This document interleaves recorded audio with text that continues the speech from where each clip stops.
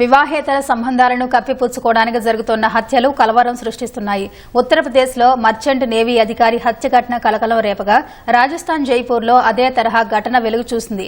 ప్రియుడితో కలిసి భర్తను చంపి శవాన్ని మాయం చేసేందుకు యత్నించిన మహిళను పోలీసులు అరెస్ట్ చేశారు.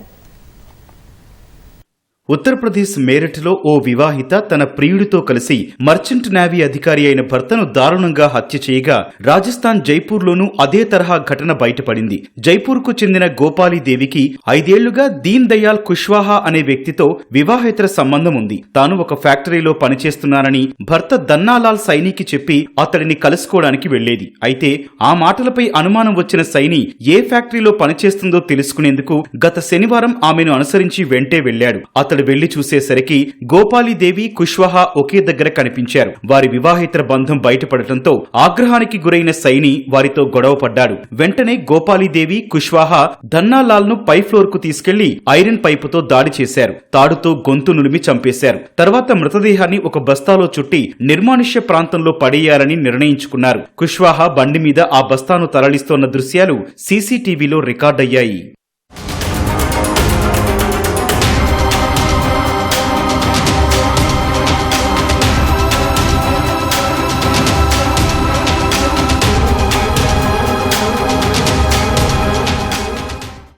జైపూర్ రింగ్ రోడ్ సమీపంలో మృతదేహాన్ని దింపి నిప్పంటించారు. అయితే మృతదేహం కాలుతుండగా అటువైపు ఒక కారు రావడంతో భయపడిన నిందితులు అక్కడి నుంచి పారిపోయారు. అప్పటికి మృతదేహం సగం మాత్రమే కాలింది. తర్వాత దాన్ని గుర్తించిన స్థానికులు పోలీసులకు సమాచారం ఇచ్చారు. 2 రోజుల తర్వాత మృతదేహం ఎవరిదో నిర్ధారించిన పోలీసులు గోపాలి కుష్వాహాను అరెస్టు చేసి విచారణ జరపగా నిందితులు నేరాన్ని అంగీకరించారు.